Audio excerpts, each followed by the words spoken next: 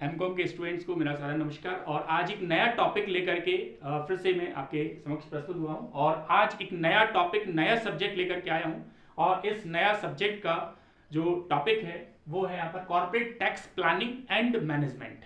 Corporate tax planning and management.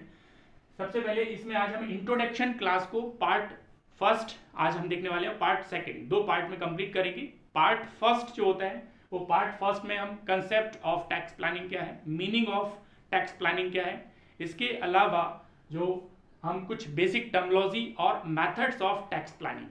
तो tax planning के पहले आपको बता दें, जो टैक्स की फील्ड में जो इस प्रकार से आप टैक्स की लायबिलिटीज को कम करते हैं, कॉर्पोरेट सेक्टर में जो टैक्स की बात करें तो कंपनी पर लगने वाले टैक्स को कॉर्पोरेट टैक्स कहा जाता है। तो इस प्रकार से देखते हैं कि जो गवर्नमेंट होती है उसको आर्टिकल 265 में कोई टैक्स लगाने का राइट्स नहीं है, लेकिन वो आर्टिकल 265 में कानून बना सकती है, लॉ बना सकती है और उस लॉ में वो टैक्स लगाने का राइट्स उसको मिल जाता है। तो कहने का मतलब गवर्नमेंट की जो सारी रेवेन्यू जनरेट होती है वो थ्रू टैक्स होती है। तो टैक्स जो कलेक्ट किया जाता है आम पब्लिक से, हम और आपसे, इंडिविजुअल से, कंपनी से, वो टैक्स को वो इंफ्रास्ट्रक्चर्स डेवलपमेंट हम लोगों के ऊपर ही वो खर्च करती है। चाहे वो रोड का निर्माण कराना हो, ब्रिज बनवाना हो या कोई भी सार्वजनिक रूप से काम कराना हो, वो सब टैक्स का जो पैसा होता है वो आम पब्लिक पर खर्च कर दिया जाता है। रेवेन्यू जो होती है वो डेवलपमेंट पर खर्च कर दी जाती है। इस प्रकार से यहाँ पर डायरेक्ट टैक्स और इनडायरेक्ट टैक्स दो तरीके से यहाँ पर टैक्स लगाया जाता है। डायरेक्ट टैक्स का मतलब होता है इनकम टैक्स। तो इनकम टैक्स और indirect tax it means GST and custom duty. तो ज़्यादा से ज़्यादा जो टैक्स प्लानिंग होती है वो डायरेक्ट टैक्स के अंदर होती है। तो टैक्स प्लानिंग क्या होती है, टैक्स प्लानिंग कैसे की जाती है, टैक्स को कैसे मैनेज करना है, ये सब जानने के पहले हम जान लेते हैं कि बेसिक टर्मिनोलॉजी क्या होती है। क्योंकि बेसिक टर्मिनोलॉजी आप समझ गए तो टैक्स प्लानिंग में आपको बड़े ही आसानी से आप टैक्स प्लान कर सकते हैं, टैक्स की लायबिलिटीज को रिड्यूस कर सकते हैं। तो सबसे पहले हम समझ रहे हैं कि जो बेसिक टर्मिनोलॉजी है कि टैक्स को प्लान करते समय टैक्स लायबिलिटीज को कैसे कम किया जाए legally, with in legal framework. तो इंट्रोडक्शन में पार्ट फर्स्ट है और इसमें सबसे पहले हम देख रहे हैं बेसिक टर्मिनोलॉजी। बेसिक टर्मिनोलॉजी में सबसे पहले ए नंबर पर आप देख रहे हैं एग्जम्पशंस। जो कर मुक्त जो कुछ आय होती हैं, इनकम्स होती हैं, तो एग्जम्पशंस होती क्या है। एग्जम्पशंस के थ्रू आप टैक्स लायबिलिटीज को क्या कर सकते हैं, रिड्यूस कर सकते हैं, कम कर सकते हैं। एग्जम्पशंस को बोला गया है income which is not included in gross total income. ऐसी इनकम जिनको सकल कुल आय ग्रॉस टोटल इनकम में इंक्लूड ही नहीं किया जाता, शामिल नहीं किया जाता। और ऐसी एग्जम्पशन सेक्शन 10 में दी गई है, बहुत सारी exemptions is called exempted income. For example HRA, house rent allowance, ये पार्सली एग्जम्प्ट होता है और पार्सली टैक्सेबल होता है। तो जो एग्जम्प्ट होता है उसको ग्रॉस टोटल इनकम में इंक्लूड ही नहीं किया जाता है। तो एग्जम्पशंस का मतलब होता है income which is not included in gross total income is called exempted incomes. Clear हो गया। Second one, deductions. तो कुछ डिडक्शंस होती हैं, कटौतियां होती हैं, उनके थ्रू भी हमारी टैक्स लायबिलिटीज को कम किया सकता है। क्योंकि डिडक्शंस के वजह से आपकी इनकम कम हो जाती है, टैक्सेबल इनकम कम हो जाती है। जब टैक्सेबल इनकम कम हो जाती है तो आपका टैक्स लायबिलिटीज भी कम हो जाती है। डिडक्शंस, तो firstly income shall be included in gross total income. ऐसी इनकम जिसको सबसे पहले शामिल किया जाएगा ग्रॉस टोटल इनकम में। Then deduction is provided GTI, और उसके बाद कुछ अमाउंट्स को डिडक्ट कर दिया जाएगा ग्रॉस टोटल इनकम से as per section 80C to 80U। ये सारी जो डिडक्शंस आपको मिलती हैं ग्रॉस टोटल इनकम से वो सेक्शन C से लेकर के सेक्शन 80U तक मिलती हैं, जिससे LIC, PPF, public provident funds, इस प्रकार से आप इन्वेस्टमेंट्स करते हैं तो आपको सेक्शन 80C से 80U तक की डिडक्शन अवेलेबल होती है। इससे आपकी जो टैक्सेबल इनकम है वो कम हो जाती है और आपका जो टैक्स है वो लायबिलिटीज कम हो जाती है। इसी को टैक्स प्लानिंग का पार्ट बोला गया है। तो सेकंड वन है डिडक्शंस। पहले इनकम को ग्रॉस टोटल इनकम में शामिल किया जाएगा और फिर एक certain amount as per income tax rules आपको डिडक्ट कर दिया जाएगा as a deductions. Rebate, deduction is provided out of tax. It means जब टैक्सेबल इनकम पर टैक्स कैलकुलेट कर लिया जाता है तो टैक्स में से कुछ टैक्स माफ कर दिया जाता है, कुछ टैक्स कम कर दिया जाता है। और उसको बोलते हैं रिबेट, डिडक्शन फ्रॉम टैक्स, जो टैक्स से कम कर दिया जाता है उसको रिबेट बोला जाता है, इज कॉल्ड रिबेट। ये रिबेट आपको मिलती है एज पर सेक्शन 87A। ये रिबेट होती क्या है? तो 87A में कहा गया है, जो असेसमेंट ईयर 2020-21 की मैं बात करूं तो एज ए जो फाइनेंशियल एक्ट आया था उसमें बताया गया है कि अगर एक पर्सन, एक इंडिविजुअल पर्सन HUF की income, annual income previous year में अगर 5 लाख रुपए तक, 5 लाख रुपीज तक है तो उसको टैक्स में 12,500 12,500 रुपीज तक का रिबेट दिया जाएगा, टैक्स कम कर दिया जाएगा। तो आपका रिबेट 12,500 रुपए तक का रिबेट आपको मिल जाता है अगर आपकी इनकम, एक इंडिविजुअल पर्सन की इनकम प्रीवियस ईयर में 12,500 से कम है तो आपको रिबेट मिलेगी 12,500 की एज पर 87A में। तो होता है रिबेट। और डी नंबर होता है रिलीफ। रिलीफ का मतलब होता है relief is provided when income is taxed at higher rate. जब कभी कभी ज्यादा रेट पर, ज्यादा दर पर टैक्स लगा दिया जाता है then that at which it would have, और in case of double taxation, double taxation, double बार टैक्स लग गया है तो उसके लिए एक आवेदन देना होता है, तो आपका जो रिलीफ है वो मिल जाएगी आपको।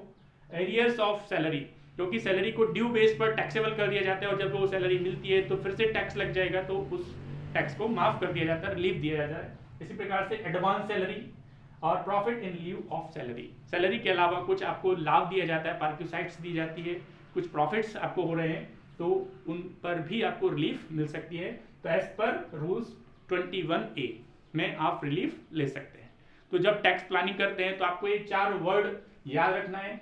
एग्जेम्पशंस, इट मींस इनकम में इसको इंक्लूड ही नहीं किया जाता है एज पर सेक्शन 10।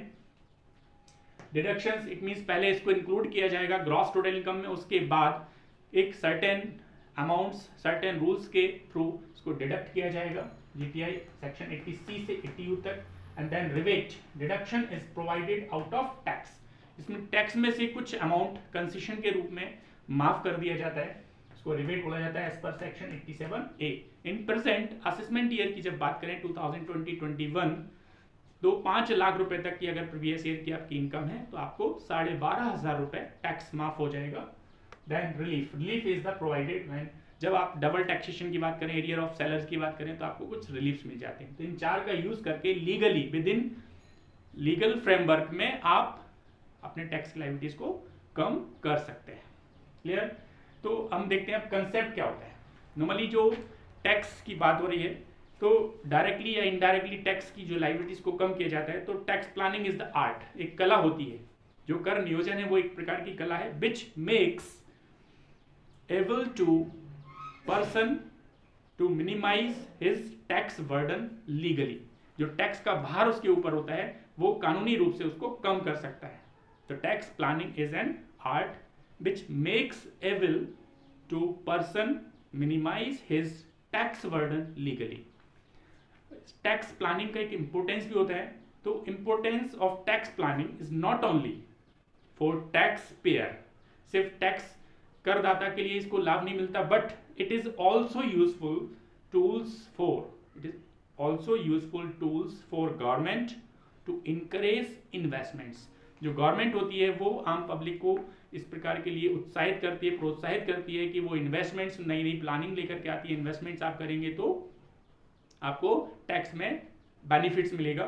तो इस प्रकार से हम देखते हैं कि टैक्स का इंपोर्टेंस सिर्फ टैक्स पेयर के लिए नहीं, गवर्नमेंट के लिए भी एक टूल्स का काम करता है, जो इनकरेज करती है, लोगों को उत्साहित करती है, प्रोत्साहित करती है कि आप अलग अलग फील्ड में क्या कर सकते हैं, इन्वेस्टमेंट कर सकते हैं। तो हम देखने वाले हैं अब concept of tax planning. Concept होता क्या है, क्या अवधारणा लेकर के काम करते हैं। तो एक कंसेप्ट होता है टैक्स प्लानिंग का, तो इसको हम देख लेते हैं। तो हमने देखा अभी basic terminology of tax planning. अब हम देखने वाले हैं यहाँ पर concept of tax planning.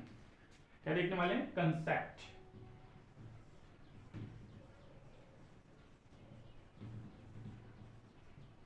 Concept क्या बोलता है? तो कंसेप्ट की बात करें यहाँ पर, तो tax planning is the arrangement of financial activities. जो आप बिजनेस के अंदर फाइनेंशियल एक्टिविटीज कर रहे होते हैं या किसी भी प्रकार से एक्टिविटीज जो फाइनेंशियल नेचर की होती हैं उनको आप कर रहे होते हैं, तो tax planning is the arrangement of financial activities in such a way that maximum tax benefits are enjoyed by making use of all benefits provisions in the tax law। कानून के अंदर जो भी प्रोविजंस हैं, बेनिफिट्स इट मींस आप exemptions का use कर सकते हैं, आप डिडक्शंस का यूज कर सकते हैं, आप रिबेट ले सकते हैं, आप रिलीफ ले सकते हैं। इनका यूज करके मैक्सिमम टैक्स लायबिलिटीज को रिड्यूस किया जाता है।